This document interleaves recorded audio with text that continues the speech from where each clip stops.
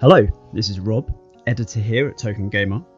This week we have an interview with Daniel Matias, CEO of Lucille Games, the creator of War of Crypto. There's some great information in this interview. Daniel was very forthcoming and open, both with the positives and the negatives. He answers a lot of questions with regards to who's going to get the alpha and beta keys, when the sale number 2 is, more game footage and so on.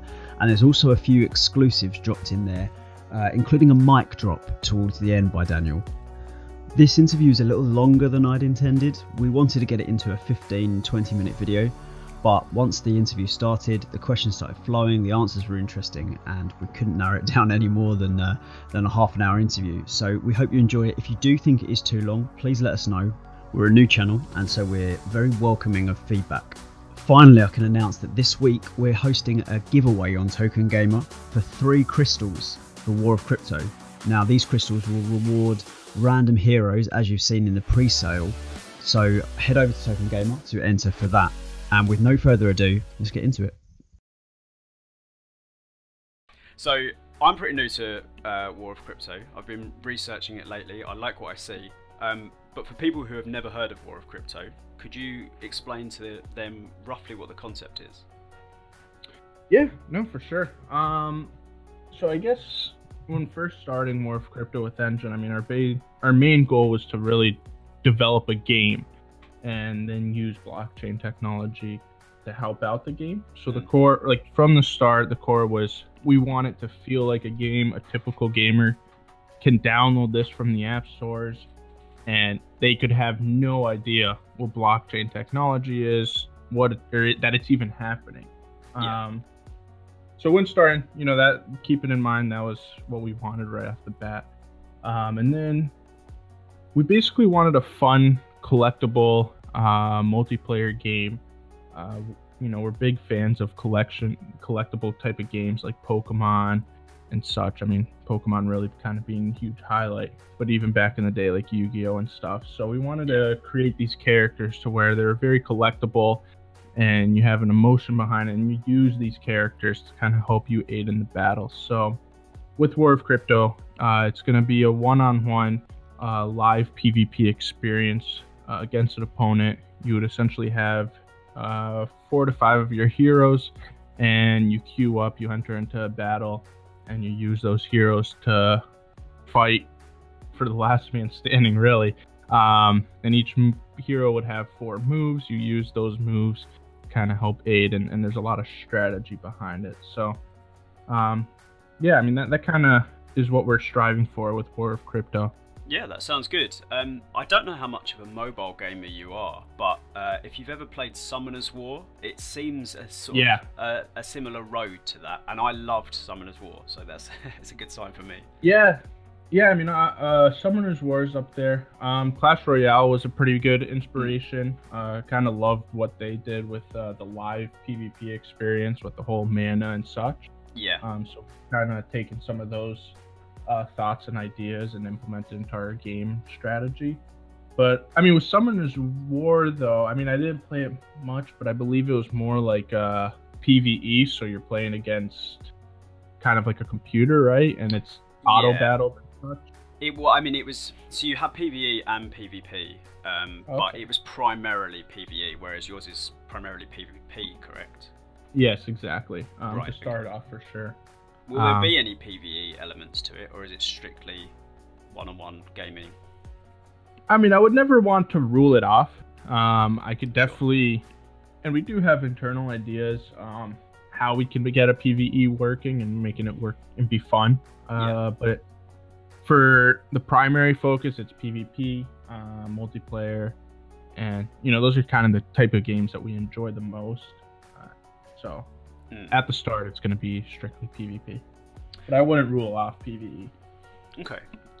One of the areas that I found interesting was how many variations there are for each character. So if I'm not mistaken, you can have 2 characters that are the same, but also completely different stats wise. And could you explain that a little bit? Yeah. So yeah, we spent a lot of time in kind of figuring this out. Basically, we never wanted any of the 2 same characters in terms of appearance actually be the same. So basically how we have it structured out is each hero and each like character has a set of base stats. Like this is like the foundation of the characters. Every single base stat for each of that character is the same. And then we kind of have these layers that kind of start adding a uniqueness to it. So we have what's called IVs, basically individual values, to where it's a randomly generated number between 1 and 28 for each stat category, and it just randomly generates and it adds on top of that base stat number. Okay. And then on top of that, we also have personalities, in which, you know, you can have a hero that inherits an aggressive personality, and that would boost the attack stat as a whole, but it's also going to have a con to where it decreases the defense.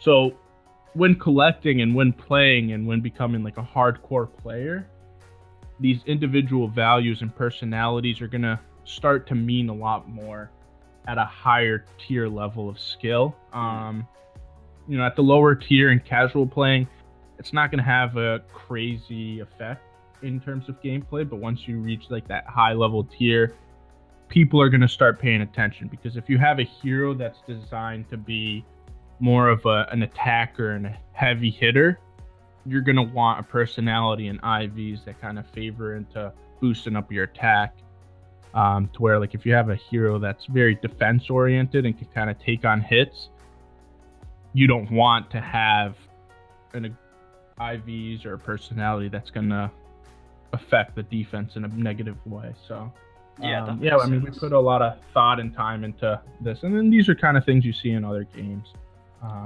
Pokemon and such, but it adds a whole layer of strategy and collectability. Like, you know, going to the first question, we want these things to really be collectible and have, you know, something to kind of strive after. Yeah, I like that. My only consideration would be, I mean, firstly, I think that layer it adds is crucial to playability in the long term. I think it adds a lot to you wanting to keep going, you know, and keep learning and collecting heroes, particularly if you've got a hero that you favour and you haven't quite got the right stats or whatever. Exactly. But one question I would have is, does that make it difficult to balance, given that it's a PvP game? Yeah, I mean, in any PvP game, I think it's always difficult to balance.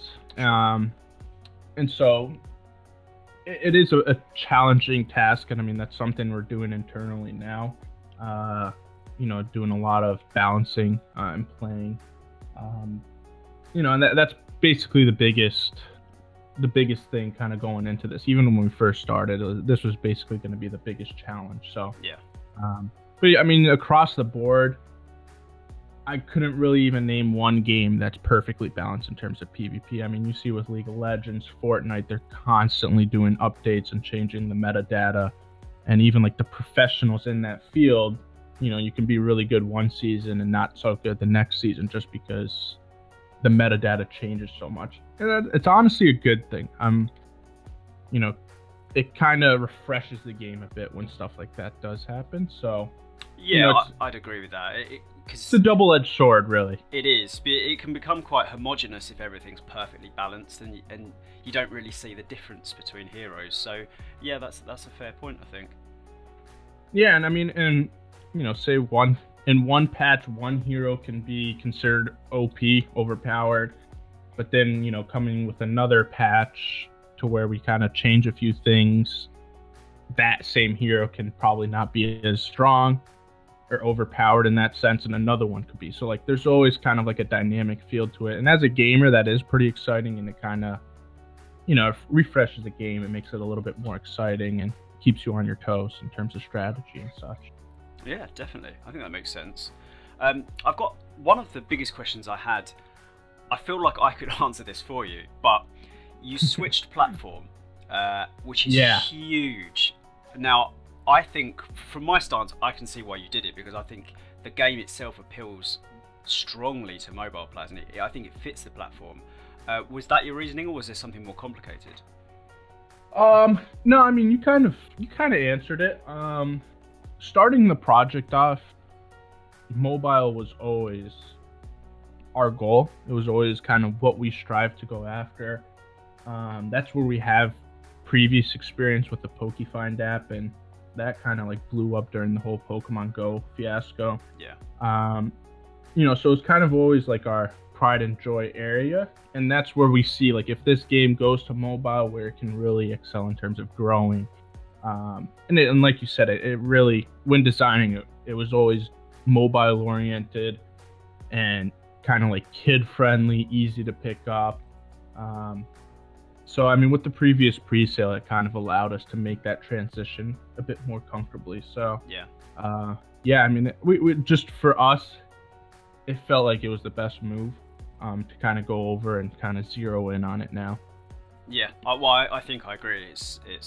It's a game that I can see working very well on mobile, and I can see it doing well on both the App Store and on Android. Were there any difficulties with that? Because I know a few people I've worked with who create apps have said that one of the trickiest parts is appeasing both Android and the Apple Store. Yeah, they don't make it easy. I can definitely say that. I mean, really, it depends on the day and who you get as a reviewer, especially on Apple's side. It really depends. I mean, but at the end of the day, I mean, that's kind of, you got to go in expecting stuff like that and making adjustments that they request. I mean, with our PokeFind app, we had to kind of deal with that a lot. So yeah, and at the end of the day, we all figured it out. So I don't see too many issues to where it's like something that's gonna keep us awake at night. It's just kind of part of that area, really. Yeah, that makes sense. You mentioned pre-sale, and obviously the first pre-sale had difficulties. So you've got the second pre-sale coming soon. Is there a date on that yet? Yeah. So I mean, later tonight, from when we're talking, we're going to be announcing the date, and it's actually going to be November 10th. Oh, great! So not Saturday. Long at all. Yeah. No, we didn't want to keep a long waiting for people, really. So November 10th on a Saturday, we figured that was the best day. People, since there's a wide variety of time zones, if someone has to stay up late, they don't have to worry about school or work the next day. Yeah, that makes sense. So obviously difficulties with DDoSing and various bits and pieces. Yeah. What sort of safeguards have you taken so that the pre-sale number 2 goes a bit smoother? Well, I mean, we've definitely taken security a lot harder now, and kind of, we're trying to prevent things that did happen in the first one, as you mentioned. So that was not fun. So we definitely don't want to have. We definitely don't want to have that happen again. So, yeah, I mean, our team's doing a lot to kind of help prevent stuff like that from happening. I mean, the takeaway point is you sold out ridiculously quickly, didn't you? It was half an hour, I read. Was that right? Yeah, it was. I mean, to give an exact time, I wouldn't even know because minutes felt like hours at that time period. Yeah, I bet. But no, it was something crazy, like 30 to 40 minutes, which honestly, I mean, it blew us away.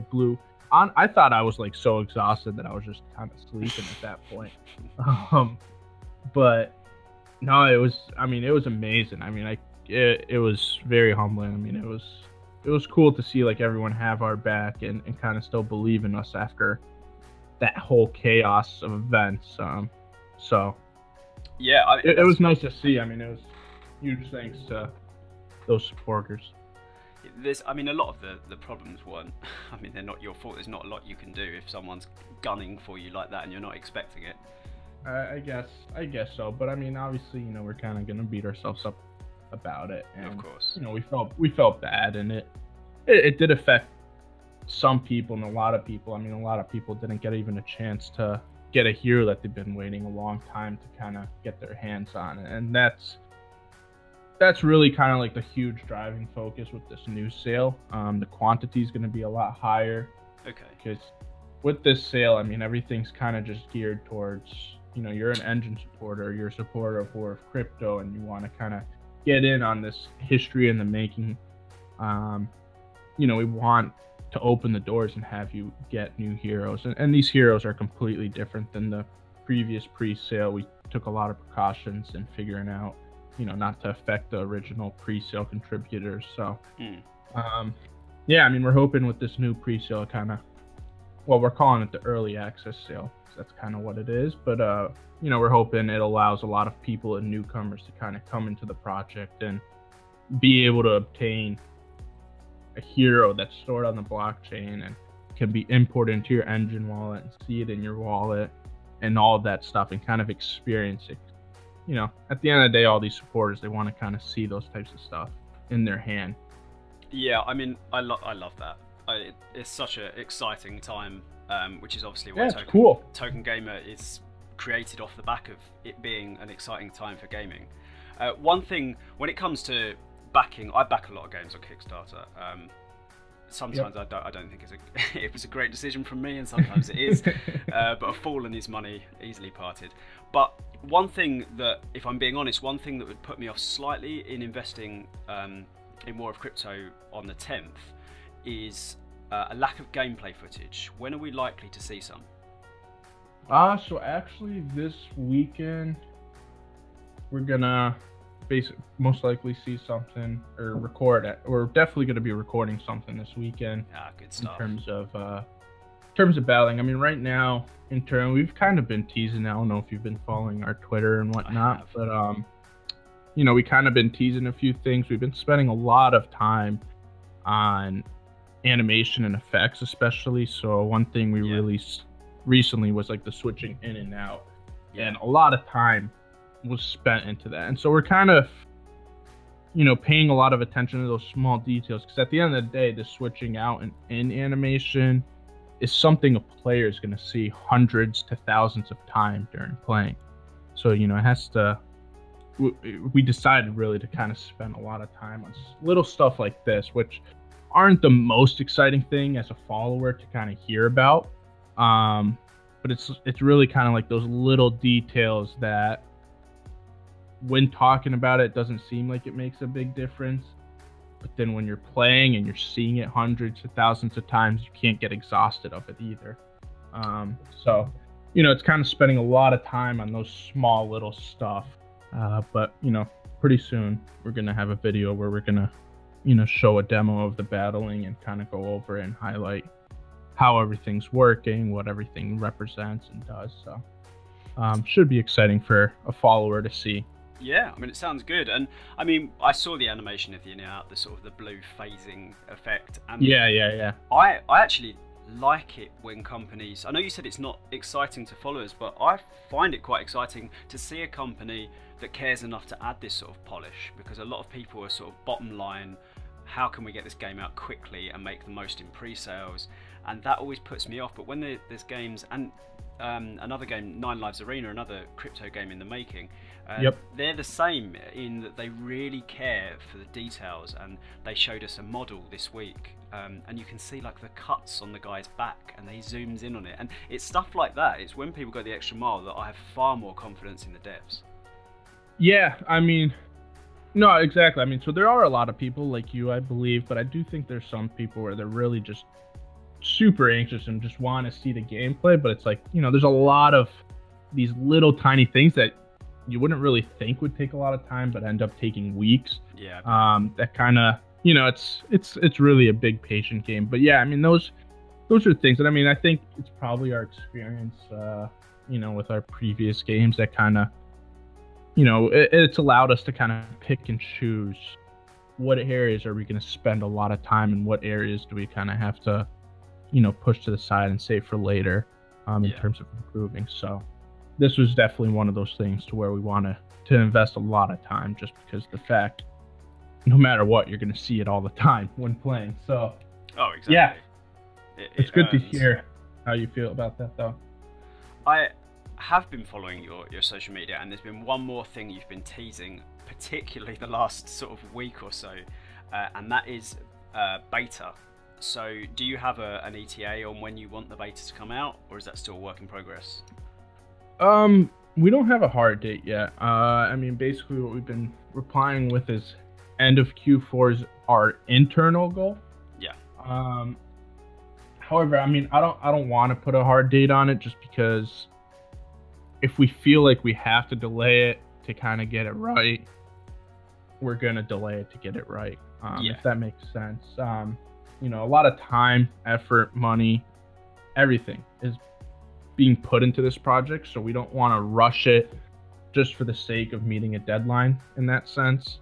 No, so if we feel, you know, that's basically why, and we've kind of learned from our previous projects that putting a hard date on something before it's even done or close, in that sense, from so far away, it's not the safest to do.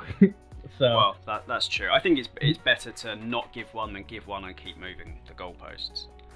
Exactly. So, you know, we've been pretty cautious about it. I mean, we've just been sharing what our internal goal is, but it's no promise in that sense. You know, so that's what we're aiming for. That's what we're striving for. But okay, time will really tell. It depends how internal testing and balancing and stuff goes. Sure. Your legion of fans are inevitably going to want the answer to the next question off the back of that, which is how do you decide who gets beta keys? Because they are going to be in hot demand. Yeah. So that's something that's definitely been asked a lot. Really, I think. Ooh, putting me on the spot there, huh? We're gonna have to see. I mean, I think a lot of the people. I mean, we really want the people that have been following us throughout this whole journey to really kind of get their hands on it. They definitely deserve it. Yeah.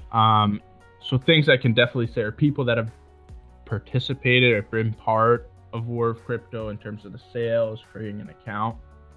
They're almost guaranteed to get into the beta.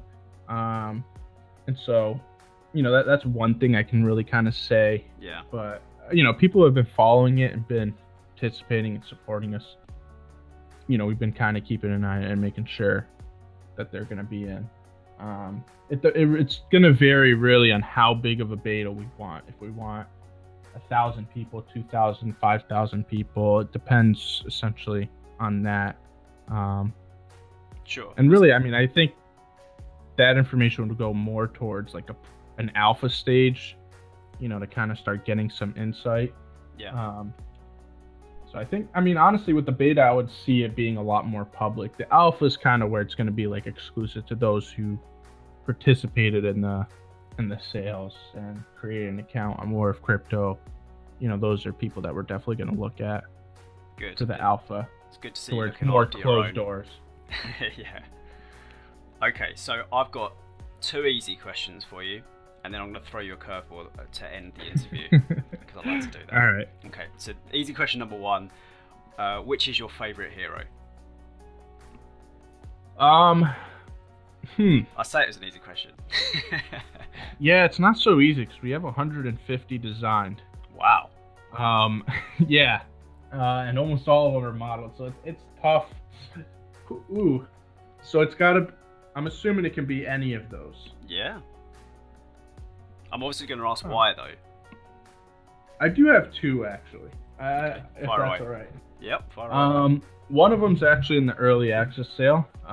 It's a panda, and we've kind of teased already his final evolution. But I saw that. He was a big muscly panda. Yeah, he's like a kung fu panda, but his first evolution's so cute, and he was one of the first that we designed, and I love him. I don't know. I've loved. I don't know if you've watched Kung Fu Panda, the movie. Yeah. Something about that movie that I just love, and I mean, who doesn't like pandas? Sure. I mean, very likable creatures.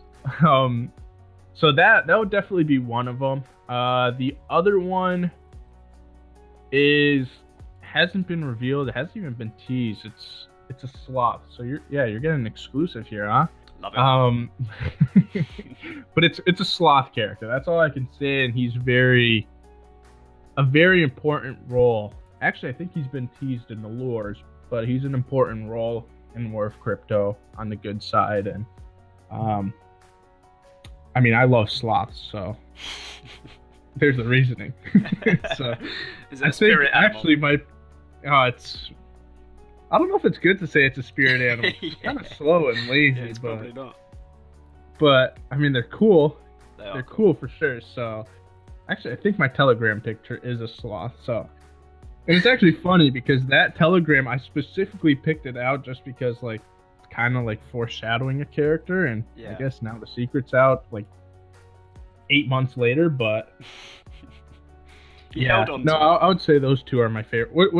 Well, I'm actually throwing you a curveball. Which one's your favorite that you've seen so far? I mean, I'm basically only going off the model, but my favourite was the big red and grey golem, fiery sort of dude. Oh yeah, Can't remember his name. What was his name? oh, it'll be revealed soon. Oh, did it not? It didn't have the name attached. That's why I don't remember it. It just had eyeballs. Yeah, no, he's gonna be in the early access. That I can reveal. So Okay, cool. You love Yeah. a sort of sneaky preview, don't you? hey, yeah, no, I do. I mean, even like during my YouTube days back then, it's fun teasing it. You know, it builds up excitement. It's fun to kind of follow and stuff, and I like it when other games do it as well. So Yeah, builds up mystery. It's good. It does. It builds up anticipation as well. So my second easy question might not be easy either, but what's your favourite ability? Because I've seen some cool abilities already. In terms of like game mechanics, Yes. yeah, that is not an easy one. You still got the hard question to come. Yeah, that's probably gonna be the easy one.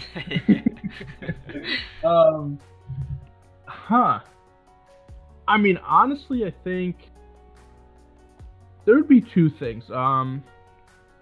If that's all right, but Yeah. I think I'm really excited and curious to see how our evolution process is gonna play out. Okay. I think that's something that's gonna be exciting. Because basically you're kind of collecting. Well, to back up, I mean, in traditional games, a lot of times you have to use this specific person or character, and when you use them and defeat something or accomplish something, you gain experience towards that character. So it Yeah. always forced you to use it. However, with ours, it's like when you're battling, you're gaining a soft currency that we call crypto dust. And then with that crypto dust, you kind of have the freedom to kind of do whatever you want and give it to whatever character you have and level it up. So I Okay. think that'll be interesting because it doesn't force the user to use a crappy character that he has Yeah. in want of leveling up, and it's kind of like forcing him to basically lose a fight. So that will be interesting to see. I haven't really seen that in games that I've played. And then the second one would be the whole like move loadout, to where each character is gonna basically have like their own inventory of moves, and the player has the ability to kind of swap these moves. Because basically a hero only has 4 moves it can use, but it can have like a pool of 20 moves that it Okay. learns. And so being able to kind of swap that as you want would be interesting to see how people use that for, you know, various strategies and stuff like that, and trial and error. So that I would say those two things are things that I'm pretty excited about and curious to see how the community is going to take it and use it.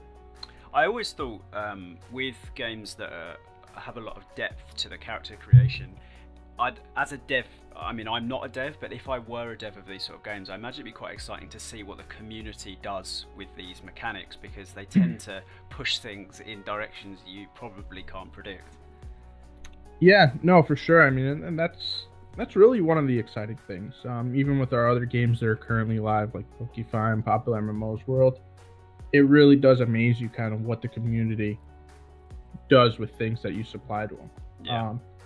I mean, I can even say it on a negative approach. I mean, sometimes the community finds bugs that no human being you would think would ever think of doing and finding. Yeah. But so it's like it's such an amazing thing to kind of just see the levels that people go to in the community. So it is an exciting thing to see. Yeah, I can imagine. Okay, well, that leaves us with what I believe to be the difficult question. I also think this question is a little bit more difficult given your answer to one of the others, but can you tell us something nobody else knows about War of Crypto? Can be anything. We like exclusives. Well, I think the sloth, in my eyes, would be probably the most important thing, but I'm kind of biased on sloths, so. I mean, really, there's there's not much that I can really think of. I mean, everything's kind of been publicly said in the sense of, I mean, game mechanics. It's all on our game guide essentially. Yeah. Actually, I might have something for you. Come to think of it, I mean, we are looking a lot into AR. I think AR. That is interesting. Yeah. So that's something I would kind of just drop the mic on. So, no, I mean, we're looking. AR is definitely something that's very interesting to us, and we see the future of AR being very promising. And my partner has been in AR space and VR for a long time, before it was even mainstream. So, oh wow. Yeah, no, it's something that's on our thoughts. And we've kind of been. All I would say is it would be cool to see our heroes in the real world. I mean, I agree, and that is quite the mic drop. I'm so glad I asked the question now. Yeah, no, it just popped in my head. I don't know. Did you ever play Yu-Gi-Oh back then? I didn't really play it myself, but I knew people that played it. It was very popular. Yeah, I mean, so I used to be a huge Yu-Gi-Oh fan, and watching like the TV shows was always super cool to kind of see like these characters on the card like being brought to life and battling with. Yeah. I mean, and now with technology and AR and stuff, those things are a step closer. So it's definitely something we're looking at. Good stuff. I like the sound of that. Now it gives a reason for everyone to go through the whole interview. Yeah, exactly. And I am going to put that in a very clickbaity title that you somewhere in this interview is a bunch of arrows. Yeah. No, that's amazing. Well, thank you very much for talking to us, because we've been keen to do this. A lot of our writers were interested in taking this role of interviewing you, so I'm pretty pleased it was me that got to do it. And thank you very much for taking the time. Oh no, it was a blast. Thank you very much for taking the time and putting some thought into these questions.